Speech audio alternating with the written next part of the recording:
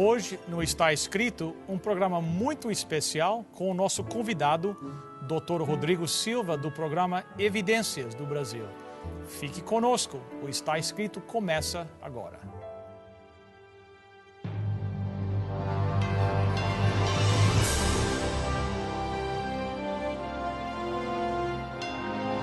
Venceu a prova do tempo. O livro de Deus, a Bíblia. Ainda relevante neste mundo complexo. Está Escrito Canadá, partilhando mensagens de esperança ao redor do mundo.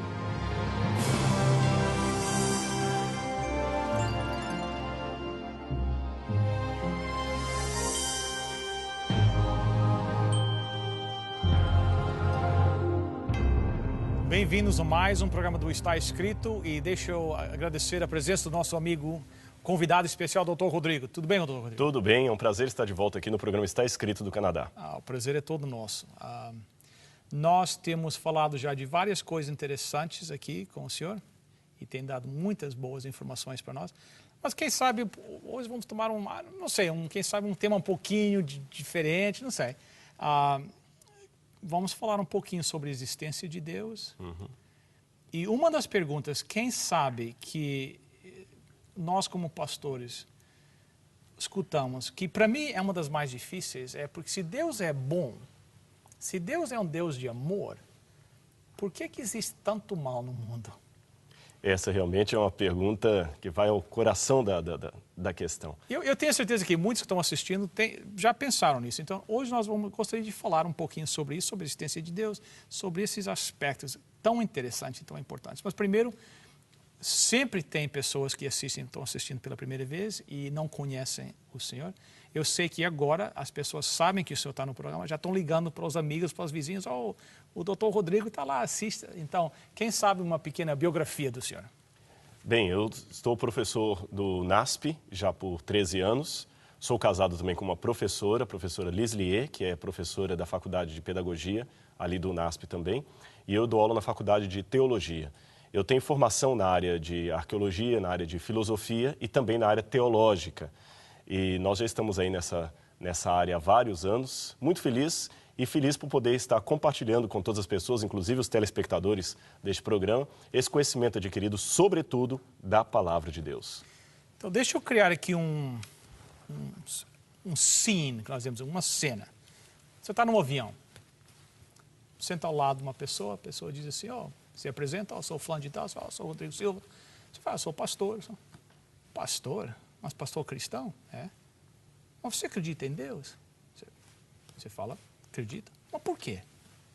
Como é que você sabe que Deus existe? O que você falaria numa hora dessas?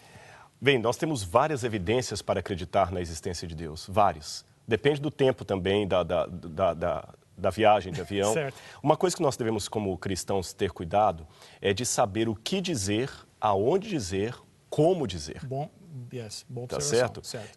Muitas vezes, eu gostei da ilustração, porque às vezes o melhor momento nem é aquele para responder esse tipo de pergunta, por causa de algumas questões que eu gostaria de deixar claro para o telespectador em casa. Às vezes nós pensamos que nós, em qualquer momento, temos que colocar a doutrina diante da pessoa. Certo. Se eu não colocar a doutrina para ela naquele momento, ela vai perder uma oportunidade de conhecer a Deus. Não é sempre assim. Muitas vezes, o trabalho missionário tem que ser como um casamento. Eu sou casado, você é casado, mas nós não chegamos no primeiro dia que conhecemos as nossas futuras esposas e demos um beijo nelas. Eu ganharia um tapa na cara e você também. Primeiro tem um conhecimento da pessoa, depois do conhecimento uma amizade profunda, um namoro, um noivado, até um casamento onde você pode realmente resolver viver com aquela pessoa para sempre. Por que chega a esse estágio? Porque ela confia em você. Certo. As nossas esposas falaram, a gente pode confiar nesses aí para serem os nossos maridos. Sim. Mas isso demandou um caminho. Então, muitas vezes, a gente quer colocar a mensagem na pessoa sem ter primeiro uma credibilidade diante dela. Certo. Então fica como um beijo dado naquela pessoa que poderia eventualmente ser o seu cônjuge Certo. no futuro, mas no momento errado. Então eu acho que a melhor estratégia, primeiro, é a amizade, relacionamento. Nós falamos como isso no momento em que não estávamos gravando o programa, eu e você, Bill, e eu concordo plenamente com isso, relacionamento. Primeiro, eu tenho, e todo mundo que está em casa nos assistindo, que já é um cristão que lê a Bíblia, saiba que você é a melhor ou pior propaganda que Deus tem. Melhor ou pior? A melhor ou pior. Então, primeiro, você tem que ser uma pessoa, a nice guy. Yes. Alguém que os outros vejam assim, puxa, ele é bacana. Se ele acredita nisso, tem alguma razão que compensa eu procurar conhecer qual é. Agora, interessante você falar isso. Eu tive o privilégio, há um pouco tempo atrás, de entrevistar em Washington o presidente da Igreja Adventista Mundial, o Dr. Jan Paulson. E nessa entrevista eu perguntei a ele o que ele gostaria que o mundo não adventista e não cristão pensassem a respeito da Igreja Adventista. E ele olhou para mim e disse assim, eu gostaria que eles, quando um adventista se aproximasse de um não cristão ou um não adventista e dissesse, eu sou adventista, que essa pessoa pensasse, ele é um amigo. Uhum. Eu achei interessante, né, que o relacionamento, né? Exatamente. Criar aquela confiança, aquele relacionamento para depois podermos usar para apresentar mais profundamente o conhecimento bíblico. Senão eu posso até ganhar um debate intelectual, mas eu perco um amigo. Exatamente. E o nosso objetivo como cristãos, que o chamado de Cristo, a comissão é para todos, né?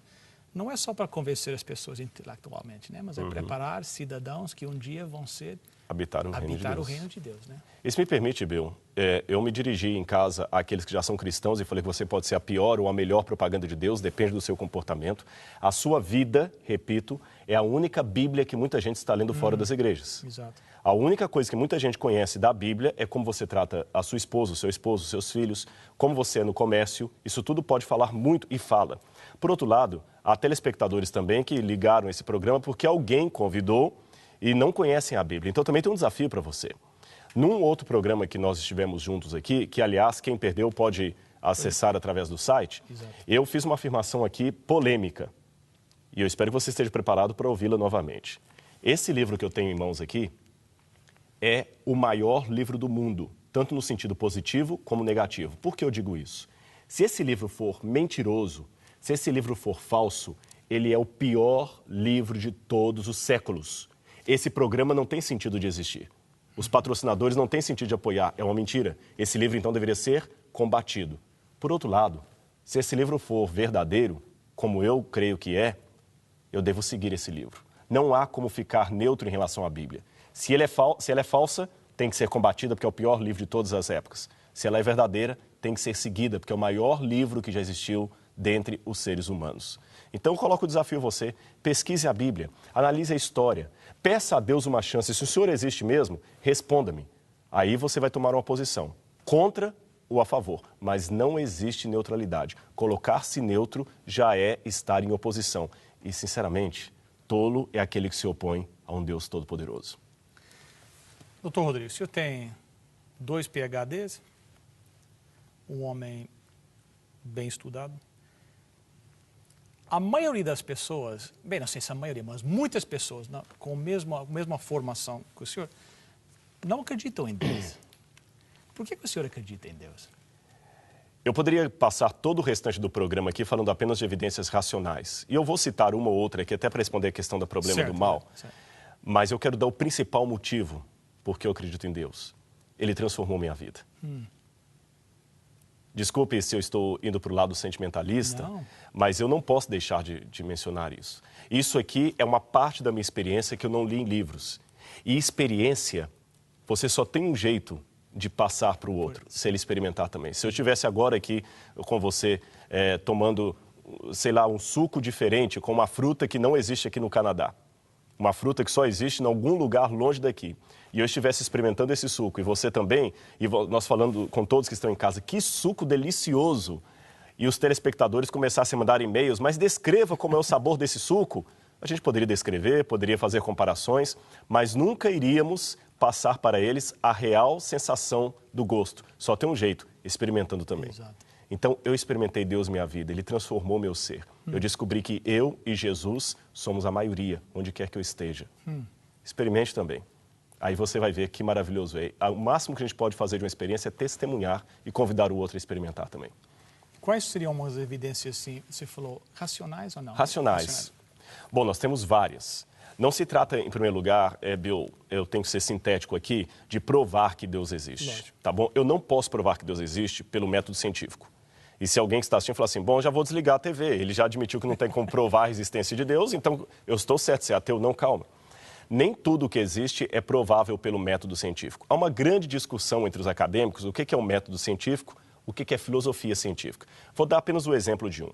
Karl Popper dizia que a ciência só consegue provar, Karl Popper foi um grande teórico da ciência, ele dizia que a ciência só pode provar aquilo que for falseável. O que ele quis dizer com isso? Suponhamos que eu diga que a gasolina o querosene que se usa em avião, gasolina, o combustível de avião, não serve para automóvel. Esta é uma afirmação científica, porque ela é passiva de ser falseável. Em outras palavras, eu tenho como pegar o combustível de avião e colocar no automóvel para ver se funciona ou não. Então, é uma afirmação científica.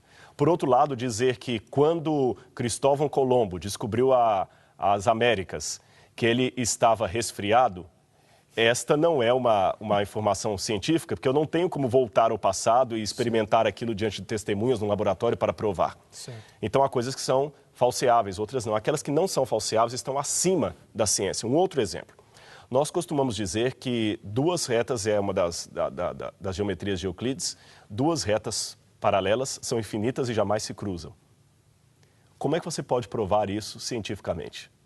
Alguém que está nos assistindo já teve, sei lá, uma régua do tamanho do infinito para provar que as duas retas paralelas são de fato infinitas? Alguém consegue ir ao infinito de um ou outro extremo? Nem existe, para verificar que as duas jamais se encontram? Não. Eu não posso provar cientificamente isso, nem a teoria da relatividade em Einstein.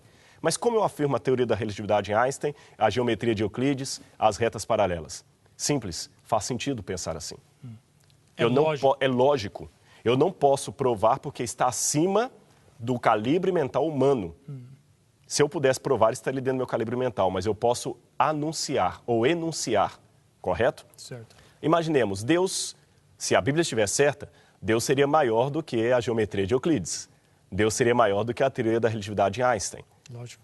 Então, se Deus é maior do que essas coisas não podem ser provadas cientificamente, porque estão acima do calibre mental humano, muito mais Deus. Certo. Em outras palavras, se eu pudesse provar Deus pela ciência, Deus estaria dentro do nosso calibre mental. Não seria Deus, né? Seria pequeno demais para ser Deus. Mas eu posso evocar, através da natureza, evidências que demonstram a existência de um Criador. Por exemplo, antes de Einstein, pensavam que o universo era eterno. Newton trabalhou com uma física de um universo eterno e estático. De Einstein para cá, com as contribuições especialmente de Hubble, descobriram que o universo teve um começo, um start. Alguns falam de Big Bang, outros falam de outros. De qualquer maneira, criacionistas ou evolucionistas admitem, o universo começou. Então eu pergunto para algum ateu, algum cético, o que havia antes de existir o universo? Ele vai responder nada. Mas se não havia nada, por que hoje há algo? Por que há algo ao invés de nada? Ora, existe uma máxima latina que eu já citei no programa anterior, ex nihilo nihil fit, do nada, nada se faz. 0 mais 0 é igual a 0. Se não havia nada antes do surgimento do universo, por que hoje há algo? Como é que o universo começou? É mais razoável supor que ao invés de nada, havia um ser sem começo, que nunca teve começo, porque uma vez que eu falei isso numa universidade no Brasil, uma universidade do governo, um ateu levantou a mão e falou assim, tá bom, eu concordo, eu nunca tinha parado para pensar desse jeito. Mas isso, suponhamos que esse Deus que você acha que criou o universo, teve um outro que o criou. Como é que você me responde? Eu diria, esse outro que seria Deus, porque seria criatura. Ou eu caio num retrocesso infinito, sempre tem alguém criando alguém, ou eu sou obrigado a acreditar no que Santo Tomás de Aquino falava de a causa primeira. Aristóteles também falava disso. Aquilo que causou tudo, mas ele mesmo não foi causado por nada. Eu chamo de Deus. Mas um detalhe interessante. Shakespeare perguntava, por que há som ao invés de ruído? Por que há música ao invés de ruído? Não só existem coisas, mas elas existem numa harmonia. Existe música. Olha a natureza. Se só as coisas existissem, já era um mistério sem Deus, mas elas existem organizadas, Certo. demandam uma inteligência superior. E com beleza. Com beleza. Existe a teleologia, como a gente fala, as coisas têm uma função, como se fosse uma engrenagem.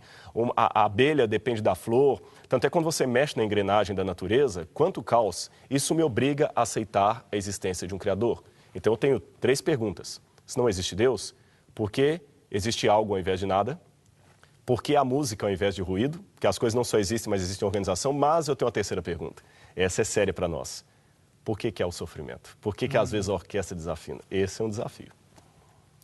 Então, dentro daquilo que você falou, dentro das regras científicas, a opção de Deus Criador é uma opção lógica. Muito lógica. Aliás, mais lógica do que a outra, porque nenhum ateu consegue dar uma explicação clara como é que vida surge de não vida. Ok. Vamos então lidar com essa pergunta tão difícil. Sofrimento. Do sofrimento, que tantos nossos telespectadores estão sofrendo agora. E esse questionamento já veio de longa data, sabe? No Brasil, nós tivemos recentemente um caso. Eu vou pedir licença para não citar as pessoas, porque não é bom você falar de quem está vivo, mas quem é brasileiro ou quem acompanha notícias do Brasil, talvez até aqui vê que foi um crime de repercussão nacional. Uma garotinha foi morta, segundo a polícia e o juiz, pelo pai e pela madrasta. E essa garotinha, o Brasil todo comoveu, ela foi atirada do seu apartamento e caiu embaixo, e a perícia descobriu os passos da morte daquela criança. Ela começou a apanhar no carro quando a família chegou do mall, ela começou a apanhar no carro, ela foi espancada, tinha sangue no carro, o pai dela a jogou no chão quando chegou no apartamento, ela quebrou uma parte do cóccix. Depois o pai a jogou da janela, ela bateu com o pulso, quebrou o pulso, ela não morreu na hora, ela sofreu muito. E alguém pode perguntar onde é que estava Deus? Deus assistindo aquilo tudo ali passivo? Como é que nós podemos vir à televisão, não está escrito, falar de um Deus de amor quando essas coisas acontecem? Na antiguidade já havia o chamado trilema, um antigo trilema de Epicuro, atribuído a Epicuro. Esse trilema colocava o seguinte problema: se Deus existe e é todo-poderoso, por que existe o mal? Parece que uma coisa anula a outra. Veja bem, nós dizemos que Deus existe e é amor. Certo. E Ele é todo-poderoso. Mas existe o mal, então uma coisa anula a outra. Se Deus é amor, por que Ele não impediu o mal de existir? Se Ele é todo-poderoso? Se Ele é todo-poderoso, ou Ele não é amor, ou Ele não é todo-poderoso. Certo. Ou Ele pode fazer alguma coisa, mas não fez, ou Ele não podia. Certo. Como é que nós resolvemos isso? Em primeiro lugar, vamos colocar como a Bíblia apresenta. Há uma confusão muito grande, Bill, entre ser todo-poderoso e poder fazer qualquer coisa. Se Deus pudesse, telespectador, criar a terceira margem do rio, ou um círculo quadrado, Deus não seria todo-poderoso, Deus seria ilógico. O primeiro ponto é esse. Bom ponto. As pessoas querem transformar um Deus ilógico num Deus todo-poderoso. Deus é todo-poderoso dentro do caráter dele. Mas tem um monte de coisas que um Deus todo-poderoso não pode fazer. Deus não pode mentir, Deus não pode pecar, Deus não pode trair, Deus não pode se arrepender. Tem um monte de coisas que Deus não pode fazer e Ele é todo-poderoso. Então, repito, ser todo-poderoso não é ser ilógico. Se Deus quebrasse as suas leis, criasse um círculo quadrado, Deus seria ilógico, seria louco, Ele não seria todo-poderoso. O primeiro ponto é esse. Segundo ponto, quando Deus criou as criaturas do universo, a Bíblia fala que Deus criou todas livres. O que é ser livre? É poder escolher entre 2 caminhos. Certo. Mas para organizar esse universo, Deus colocou suas leis, as suas regras. Em filosofia, nós temos uma matéria chamada metafísica, que diz que tudo que existe de 2 maneiras. Você tem a coisa existente em projeto, em potência, possibilidade, ou ela existe em realidade, em ato. Ok. Por exemplo, eu não tenho netos. Os meus netos existem em potência. Tá certo? Não tem como agora eu pedir no seu programa oração pelos meus netos. Certo. Você também não tem netos, eu presumo. Não adianta agora orar pelos seus netos. Os seus netos não podem acontecer nada com eles. Porém, eles existem em potência, porque você existe. Certo. Agora, como é que eu poderia impedir a existência do seu primeiro neto? Bom, eu tenho algumas opções. Eu poderia matar você. Certo. Ok. Eu poderia impedir que você tivesse até os seus filhos. Mas não seriam boas opções, né, Bill? Você está me tratando tão bem aqui. Quando Deus criou criaturas livres, a possibilidade do mal passou a existir. E antes que alguém fale em casa, então Deus é o culpado por isso, eu pergunto diferente, quem pagou o maior preço quando o mal se tornou existente? Certo.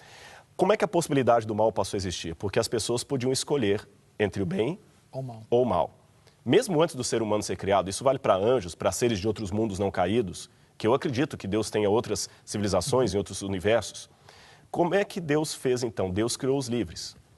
E entre esses surgiu um anjo chamado Lúcifer, que resolveu transformar o mal de potência em realidade, ato. certo. Em ato. Em ato.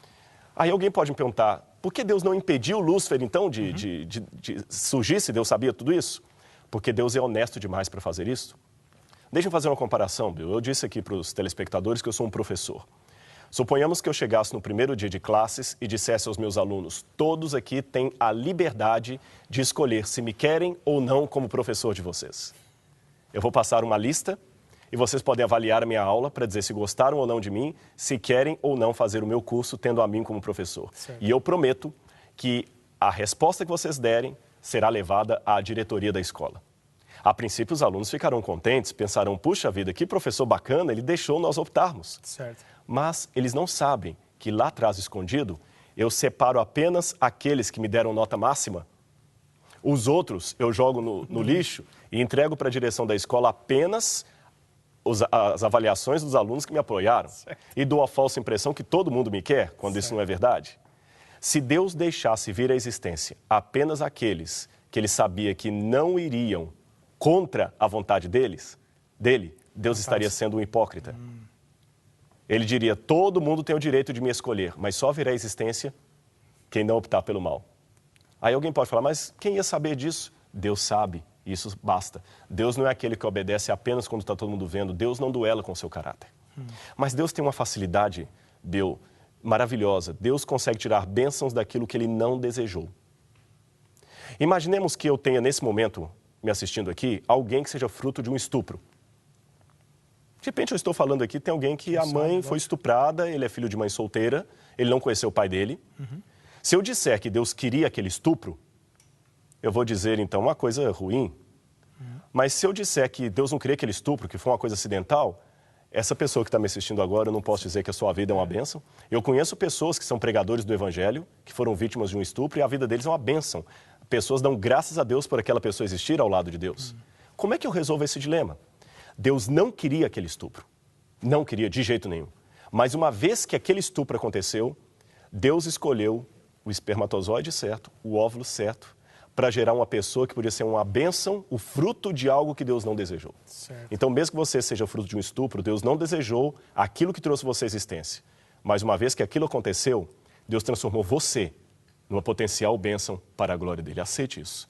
Então, mesmo que as pessoas não desejaram, você não é um acidente. A minha mãe sempre dizia, Deus escreve direito por linhas tortas. Né? Exatamente. Ou linhas que aparentemente estão tortas. Ele consegue endireitar. Endireitar as linhas. Lúcifer, então, trouxe o pecado à existência. Deus não queria aquilo. De jeito nenhum, como não queria o estupro. Mas uma vez que aquilo aconteceu, Deus tirou dali uma bênção. Sabe o quê? Imaginemos que Da Vinci, antes de pintar a Mona Lisa já existia como potência, não existia? Naquela comparação, como possibilidade, Mona Lisa existiu enquanto Da Vinci existiu. Agora eu pergunto, Bill, como eu posso destruir a Mona Lisa sem destruir Leonardo da Vinci? Tem uma chance. Eu permito que Leonardo da Vinci pinte a Mona Lisa e depois eu a destruo. Certo. Ele pode fazer outros quadros, mas aquele nunca mais. Uma vez que o mal agora se tornou um ato e não era mais uma potência, agora Deus pode destruí-lo. E Deus o destruiu. Sabe como? Na cruz do Calvário. Quando Cristo incorporou em seu próprio ser todo o mal praticado. Ele pagou o preço. Então, quando me perguntam por que Deus não fez nada para impedir o mal de vir à existência, eu pergunto, quem pagou a conta? Certo. Foi ele pagou a maior conta. E hoje, se eu posso vir a esse programa de televisão e falar de esperança em meio ao caos, é porque Deus pagou a conta do mal. A história que eu contei da pequena menina morta no Brasil, onde é que estava Deus quando tudo aquilo aconteceu? Eu digo, não se dá para conhecer toda a história quando você vê apenas um capítulo do filme. Leia o livro todo. Se eu pegar um livro apenas, Bill, e ler só uma página, eu não vou entender a história. Lógico. E eu quero terminar a minha parte aqui, porque o nosso horário já está esgotando, dizendo uma coisa, para você pensar em casa. Na época em que os garotinhos liam gibi, histórias em quadrinhos? Um garotinho estava lendo uma história em quadrinhos e ele via que várias vezes o herói apanhava do vilão. E o vilão prendia o herói, machucava o herói estava preso. Ele ficou chateado com aquilo. Sabe o que ele fez? Ele foi para a última página. E na última página ele leu que o herói vence. Certo. Quando ele voltava para cá, ele virava para o vilão e falava: se você soubesse o que eu sei. E o vilão dava uma gargalhada porque venceu o herói e falava: se você soubesse o que eu sei. A Bíblia permite a cada um de nós ler a última página da história deste mundo. E lá todas as coisas serão consertadas. Creia em mim. O caso de tristeza, de sofrimento que você passa hoje é apenas uma página de um livro muito maior do que esse momento que você está passando. Creia, Ele pagou o maior preço. E um dia no céu, tudo será esclarecido. Vale a pena confiar em Deus. Doutor Rodrigo, muito obrigado. Eu que agradeço. Nosso Deus e nosso Pai, nós te agradecemos por Jesus Cristo, que derramou seu sangue pelos nossos pecados. Querido Pai, aceita agora aqueles que estão te suplicando, que estão entregando as suas vidas, sabendo que o Senhor, como um Pai amoroso, está os recebendo. Em nome e por amor de Jesus. Amém. Amém.